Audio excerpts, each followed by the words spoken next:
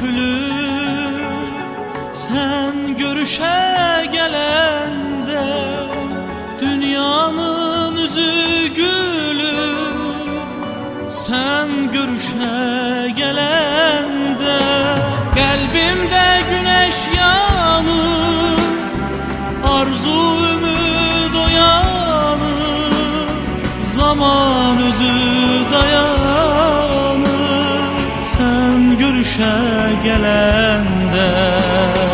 Cennet olur çölçeme, melekler inir göyden, bəxtəvər oluram mən sen görüşe gelende.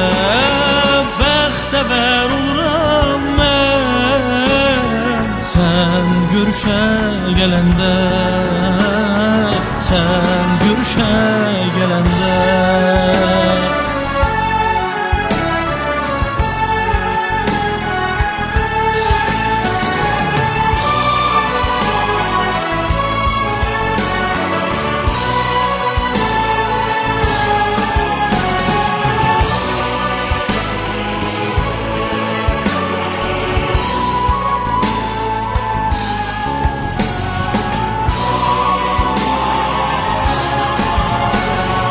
Ömrü artır her anı, gülü açır dünyanı, sınır beli hicranı sen görüşe gelende.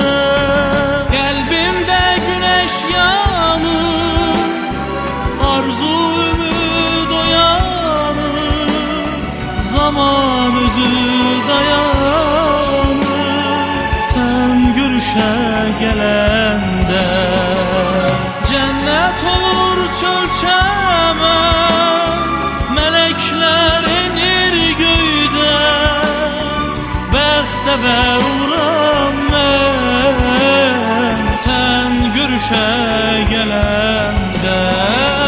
Bəxtəvər oluram mən sen görüşe gelende, sen görüşe gelende.